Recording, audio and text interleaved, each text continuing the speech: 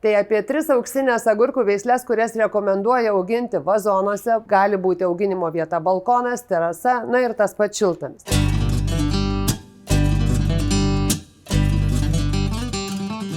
Tai štai 3 lygiavaisiai agurkai, ankstyvi, labai skanus, labai traškus ir puikiai auga vazonuose. Tai būtų kaikūra hibridas, lygus užkandiniai agurkėliai, būtų mūsų žinoma veislė poni, kuri dera gausiai, ir formulė agurkai, kurie tikrai verti dėmesio. Visos šios 3 veislės gali būti auginamos balkonuose, terasose. Sėkite agurkų sėklas vasario pabaigoje, kovo mėnesį, jei auginsite įstiklintame balkone.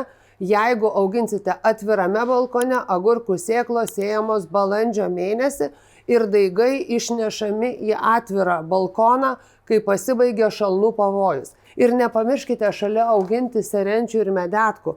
Šios gėlytės labai nereiklios, pasėtos tiesiai į vazoną pasodinus agurkų daigą, sukurs agurkam labai gerą terpę, juos mažiau puls ligos, kenkėjai, o akį džiugins spalva ir tas kontrastas žalių lapų ir geltonai oranžinių žiedų.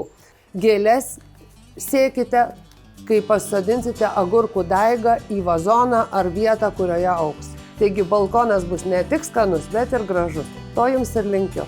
Jei norite ir daugiau patarimų, kaip užsiauginti pačią gražiausią gėlę, skaniausią daržovę ar aromatingiausią prieskonį, prenumeruokite mūsų kanalą.